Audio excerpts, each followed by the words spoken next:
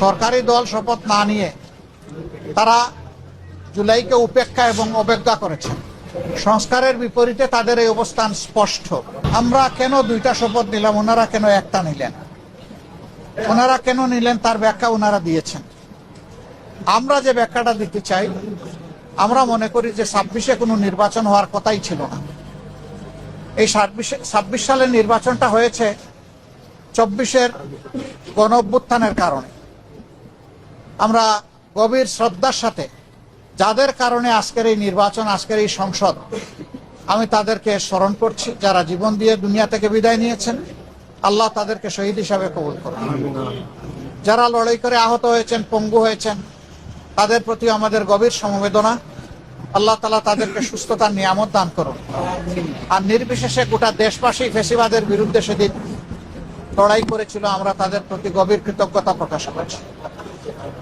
সম্মানিত সাংবাদিক বন্ধুগণ, আমরা আজকে হয়তো শপথ নিতে ভিন্ন চিন্তা করতে পারতাম, কারণ জুলাইয়ের আকাঙ্ক্ষা এবং গণভোটের রায়, এই দুইটার প্রতি সম্মান দেখানো রাজনৈতিক দল হিসাবে আমাদের পবিত্র দায়িত্ব আমরা গণ্য করেছি।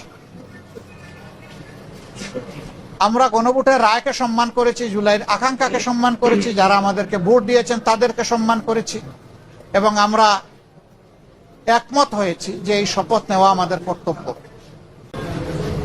তবে আমরা মনে করি সরকারি দল শপথ না নিয়ে তারা জুলাইকে উপেক্ষা এবং অবজ্ঞা করেছেন।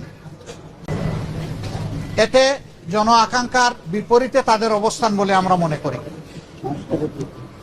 সংস্কারের বিপরীতে তাদের এই অবস্থান স্পষ্ট।